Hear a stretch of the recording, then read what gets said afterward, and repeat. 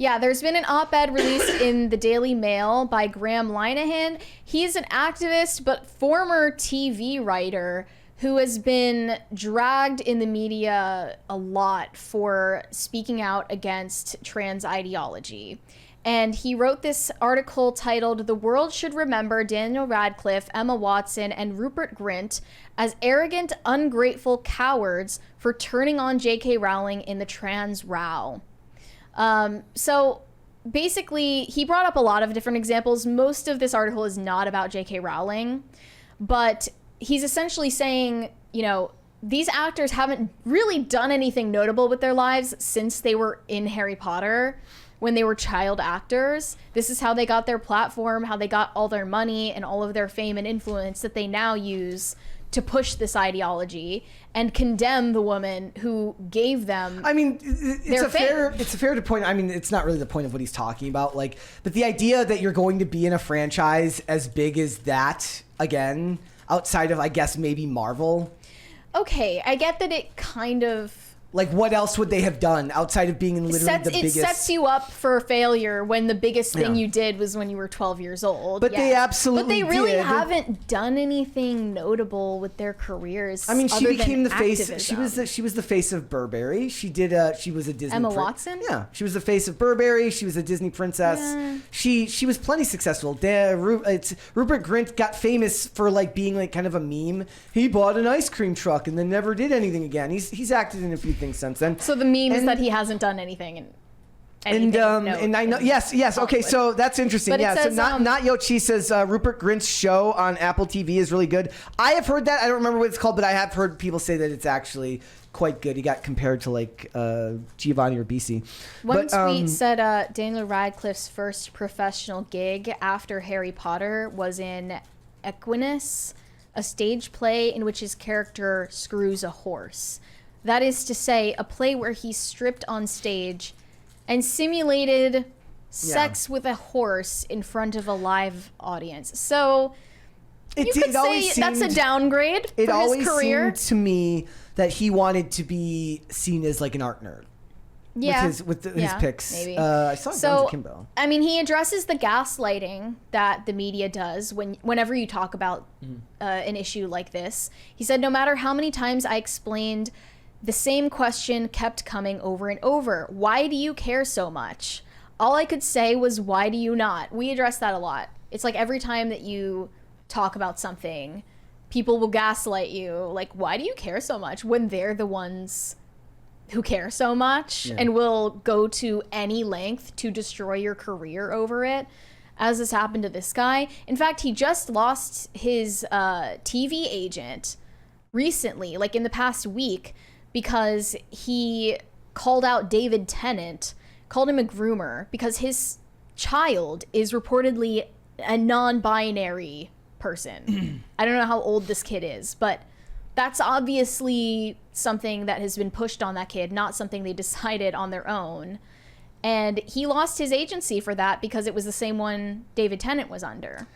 It's at the end of the day, it's sad to me that loyalty is not more of a thing in this age, right? Other actors and like all the older actors, the more established actors, a lot of them threw their weight behind Rowling. At the very least, said she's entitled to her opinions, and that's it. Mm-hmm. Like, you don't need to.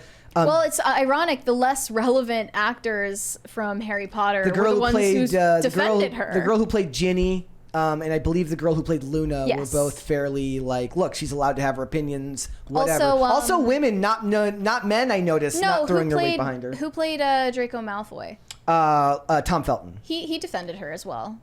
Like in a more general sense, right? But but you're right. It's the ones who are less famous and who seemingly were more grateful. Yeah, for what ironic. they had.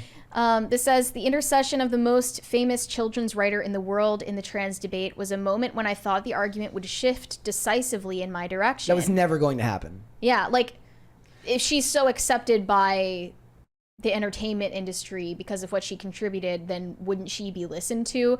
But that wasn't the case. She's a fascinating case because she's a lot like a Mel Gibson, she's just got so many hooks in the industry that they put up with her. They allow her to exist. They get like Harry Potter will always be too profitable for Warner Brothers to ever cut. They're gonna keep merchandising it. They're already keep working on the new show. Developing video games. They're already working on the new TV show. And it's not just that; it's the theme park. It's what they do for like Universal or whatever. They right? want to like, keep selling that butter beer. And this is a lot of times I consider J.K. Rowling to be kind of she's your litmus test for who is terminally online. Because there are plenty of regular wine moms who take their kids to Harry Potter World, who take their kids to see Platform 9 3/4, who love Harry Potter, who don't know or at least don't care enough about this to pretend like they're going to be outraged. And if the comments get made in their comment section, why would you support such an awful person? They either just won't address it or they'll say like, look, not my fight. There are so many people talking about the way that social dynamics have changed since wokeness took over.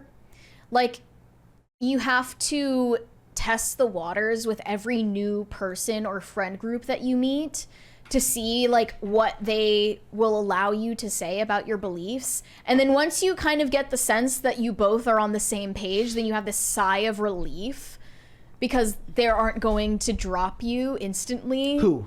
Say it again now. Like in any social situation, if you meet someone from your church or whatever, like you need to test if you guys are on the same page about like the most sane issues.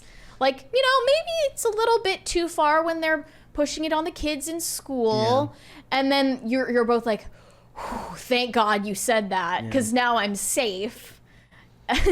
Like, I don't think that the SJWs realize how threatening they are in social situations. Like, because, can I admit that stuff that actually bums me out? Yes, it should. Like, there are times where like I realize that somebody like at least sees the world a little bit similar to me, and I get excited, and it makes me sad that I not get excited because you want confirmation bias, but because you want to be safe to voice your real opinions around someone you call a friend. Like, personally, it bums me out. I would have zero problem with being friends with anybody. Exactly. Anyone can have their own beliefs, even the ones I care the most about. Like abortion, for instance, I wouldn't care one bit if my friend is pro-choice. We can talk about it. But if we can't talk about it, we can't be friends. It's always the other way around. They're not willing to be friends with or associate with you. A lot of the people, like, it was only a couple of them, but the problem is like it was only a couple of them. They were close friends that kind of cut ties with me when I came out here to work, and I never unfollowed them from any social, almost out of like on principle. Like, I do not, like, you might be annoying sometimes. I might mute your story sometimes if you're being annoying, like overly annoying, because it's just not the place to fight 24/7. But I'm never going to, like, unfollow you or not want to know how your life is going. Just because you see the world differently than me, and a lot of them did. And so, that always broke my heart. Similarly, that's kind of what happened to J.K. Rowling, but on a larger scale. She's so liberal. In almost every respect, it's insane. Yeah.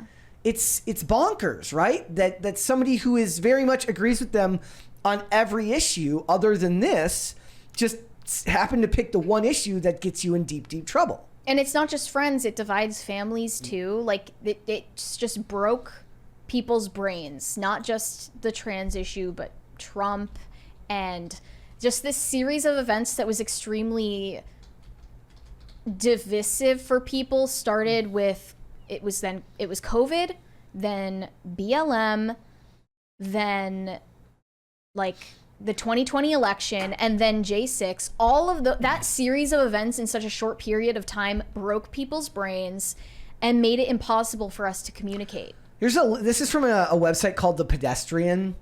A comprehensive list of every Harry Potter actor who supports J.K. Rowling and who doesn't. You'll notice here on Ray Fiennes' picture, they put an emoji, an angry devil emoji. And if you look at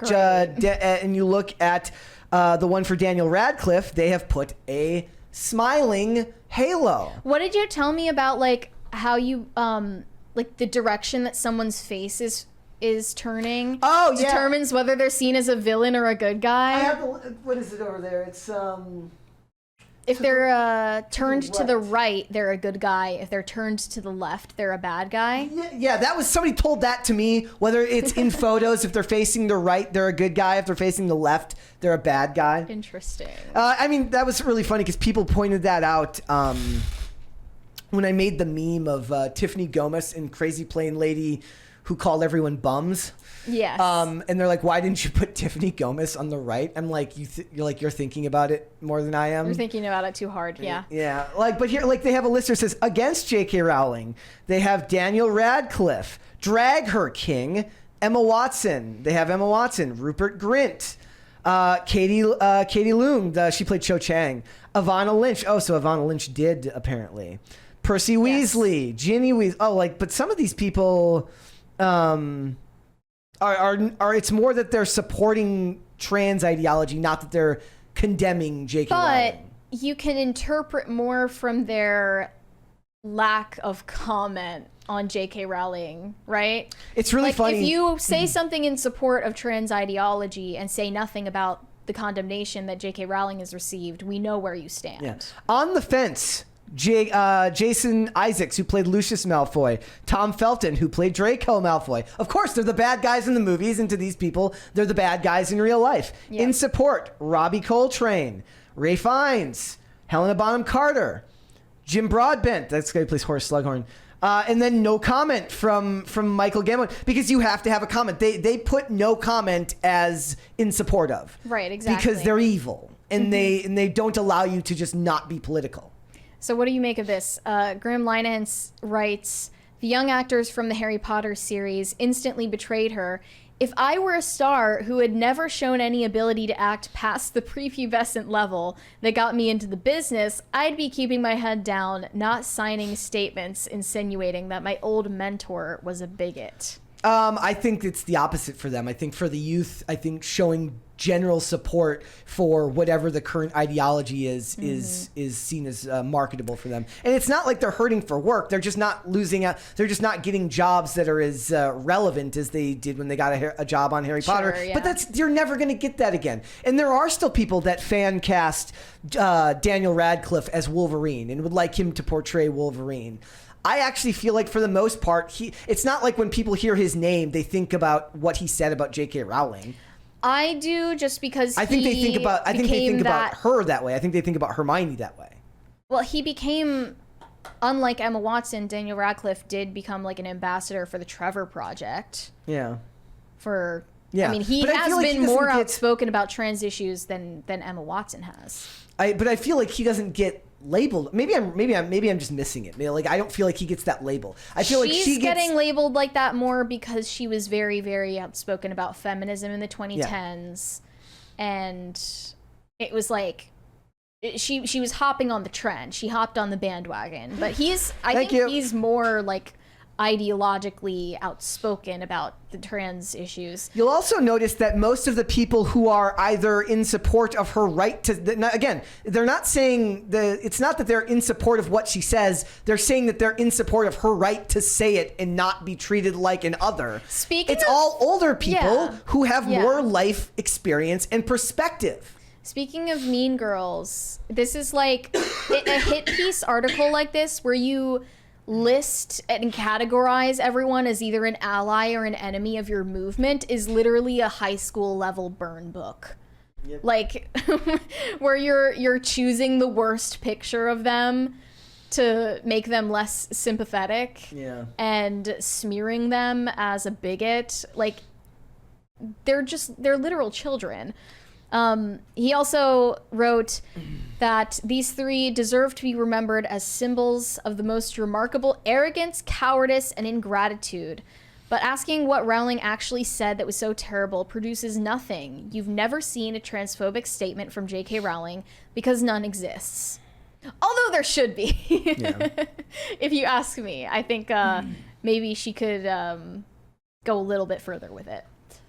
But it scares me more than anything because she is such a bastion of liberal politics in general. For somebody who did a lot of good, I believe in a lot of ways her stories did a lot of good for the world. I think that she got I think she got a lot of people that wouldn't have been into reading, and I think there's a lot of stories from people who said, like, look, I never picked up a book before I read that. Now I'm going to college for, like for English lit or something like that. I think those are that's the same people that grew up to hate her, though. I mean, I wouldn't. A lot of them. I don't know if, like, does a good person judge the content of their actions by how the people who they benefited turn out? Because it's not like they didn't turn out bad because they read her books. So she actually helped people that became her enemy, which would make her the good guy either way, right? Like, I think that she did a lot of good for that. I think that in a lot of ways, she's also a voice of rationality, albeit a little bit snarky from time to time, that might help people realize that you can be outspoken. Granted, the fact that she's so wealthy kind of caps that for a lot of people. They're like, look, she can be outspoken because she's got the money to be outspoken. Fine. But, like, I just think that there's still a bit of a unifying nature in the Harry Potter franchise because the hatred for the author is so terminally online. I just think there are a lot of people in J.K. Rowling's position who do have the fame, they have the like material security and the friends where they could easily speak out. And I'm sure that there are so many people in Hollywood that feel the same way about this stuff. And they just don't speak out because of cowardice. Like, I believe that Daniel Radcliffe is an ideologue, but there are so many more people in Hollywood, especially in J.K. Rowling's generation, that probably agree with her 1,000%, but wouldn't dare to defend her or start speaking out in the same way. Yep.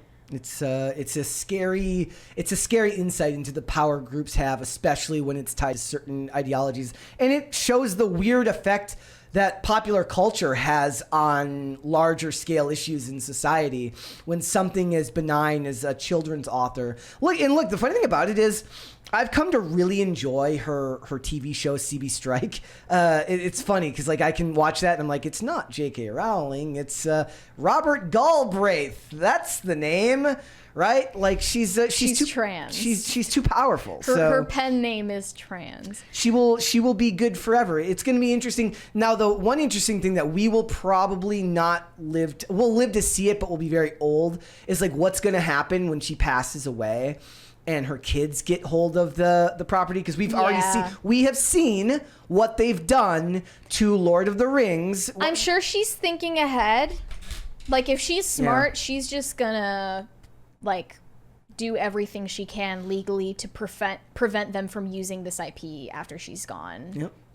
Thanks for watching. Listen to full episodes of Pop Culture Crisis on Spotify. Keep up with us on social media and make sure you subscribe and ring that bell so you never miss the show. Bye, guys.